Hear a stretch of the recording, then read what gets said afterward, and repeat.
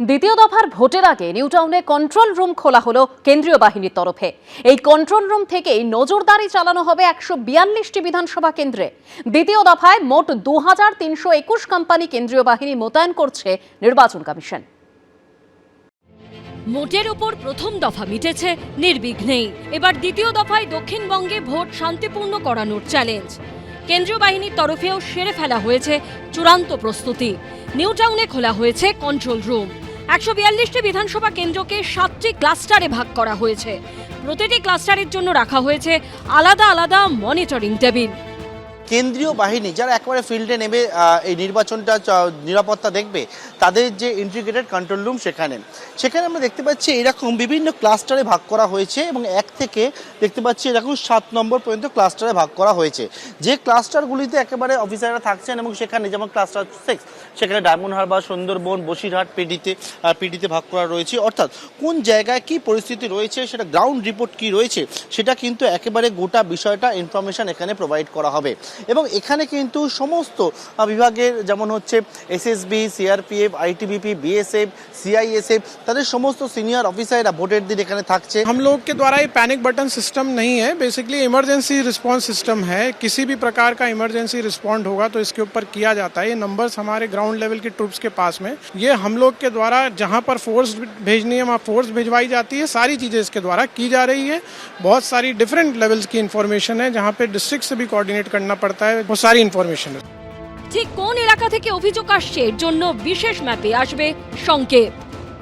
সেখানে একটা ম্যাপ সবসময় চালু রয়েছে, অর্থাৎ কোন জায়গায় বাহিনী উপস্থিত রয়েছে এবং সেখানে কারা কারা সেখানে উপস্থিত রয়েছে, বাহিনীর কোন সিনিয়র অফিসার সেখানে রয়েছে, এই রকম বিষয়ে কিন্তু একবারে ম্যাপ খোলা থাকছে এবং সেটাকে দেখা হবে যে কোন জায়গা থেকে কোন জায়গায় গন্ডগোল হলে ফোর্সকে একদিক থেকে অন্য দিকে পাঠানো যায় দ্রুততার সঙ্গে, সেই বিষয়টা দেখা হবে। প্রচারের শেষ লগ্নেও বরানগরে তৃণমূল বিজেপির মধ্যে গন্ডগোল। নির্ধারিত সময় পেরিয়ে যাওয়ার পরও বিজেপি প্রার্থী সজল ঘোষের সভা চালিয়ে যাওয়ার অভিযোগ তুলল তৃণমূল।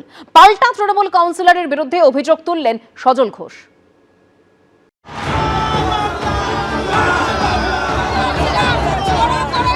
প্রচারের শেষ লগ্নেও বরানগরে তৃণমূল বিজেপি দ্বৈরথ। একে অপরকে লক্ষ্য করে স্লোগান, পাল্টা স্লোগান, ব্যাপক উত্তেজনা। পরিস্থিতি নিয়ন্ত্রণে আনতে তৎপর হলো কেন্দ্রীয় বাহিনী। সোমবার বরানগরের 14 নম্বর ওয়ার্ডের সুভাষপল্লী এলাকায় শেষ প্রচার ছিল বিজেপি প্রার্থী সজল ঘোষের। বিকেলে সেখানে তৃণমূল কাউন্সিলরের নেতৃত্বে একটি মিছিল হওয়ার কথা ছিল, কিন্তু তৃণমূলের অভিযোগ নির্ধারিত সময় পেরিয়ে যাওয়ার পরও সভা শেষ করেননি সজল ঘোষ। সজল বাবুর এখানে মিটিং চলছে, তাতে আমাদের তো অসুবিধা নেই। পারমিশনটা 2টো অবধি, আমাদের মিছিলের টাইম 4:30 টু 5টা।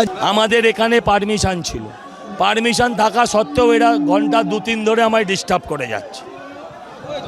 এই তৃণমূল এখানকার কাউন্সিলর। এই নিয়ে রীতিমতো উত্তেজনা তৈরি হয় এলাকায়।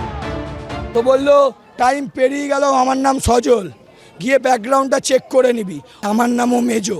উনি আমাকে যেমন জবাব দেবে আমি তেমন উত্তর দেব। টাইম পেরোলে পুলিশ আসবে, ওরা তো 3 ঘন্টা ধরে আমায় করতে দেয়নি। সব মিলিয়ে প্রার্থী ঘোষণার পর থেকে শেষ প্রচার, গোটা পর্ব জুড়ে প্রচারের দ্বৈরথ নিয়ে শিরোনামে থাকলো বরানগর। সমীরণ পালের রিপোর্ট, এবিপি আনন্দ। এবিপি আনন্দ, এগিয়ে থাকে, এগিয়ে রাখে।